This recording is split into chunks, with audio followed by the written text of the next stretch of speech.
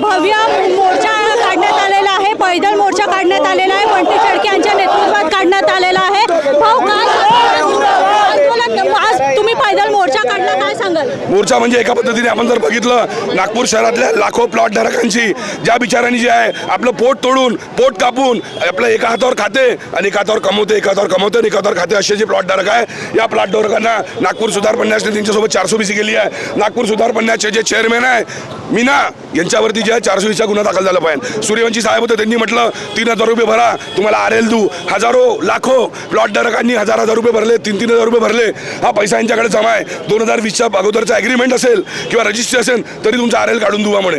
त्या लोकांनी 1 लाख लोकांनी जे आहे नागपुरातल्या प्लॉट धारकांनी हे 3000 रुपये भरले होते। आजपर्यंत त्या लोकांनी यांना आरएल इश्यू नाही केलं। आमचं हे म्हणणं आहे की 56 रुपये प्रति स्क्वेअर फीट जे आहे तुम्ही डेव्हलपमेंट चार्जेस घेता, तर तो लेआउट जो धारक आहे, जो मोठा लेआउट धारक आहे, तो कशा पद्धतीने जे आहे आम जनतेची लूट करून आला आणि 150 रुपये फूट त्यांच्याकडनं काबर घेऊन आला।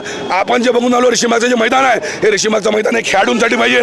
तिथे सर्कस होते, एक्झिबिशन होते, RSS वाल्यांचं पथसंचालन होते। हे RSS वाल्याच्या बापाचं ग्राउंड आहे का ते? हे जे ग्राउंड आहे ज्या शाळांना आपण ते ग्राउंड दिलं असेल त्या शाळांपासून ती लीज कॅन्सल केली पाहिजे, कारण की जे मैदान आहे हे मैदान हे खेळाडूंसाठी मैदान आहे। एकीकडे आपण म्हणतो, गडकरी साहेब म्हणते खेलो नागपूर खेलो, एकीकडे जे आहे गडकरी साहब म्हणते खेलो नागपुर खेलो। कहाँ खेलो? नाले में खेलो? कहाँ खेलो? बोट में खेलो? कहाँ खेलो? रास्ते में खेलो? मैदान नहीं है। मैदान जो है मैदान उनके पास में उपलब्ध नहीं है खिलाड़ियों के पास में। मैदान जो है ये नागपुर सुधार पन्यास ने इसके बाद में सर्कस वालों को, एग्जीबिशन वालों को और RSS वालों को पथ संचालन जो है करने वालों को ये देते क्या? आपण बघू शकतो की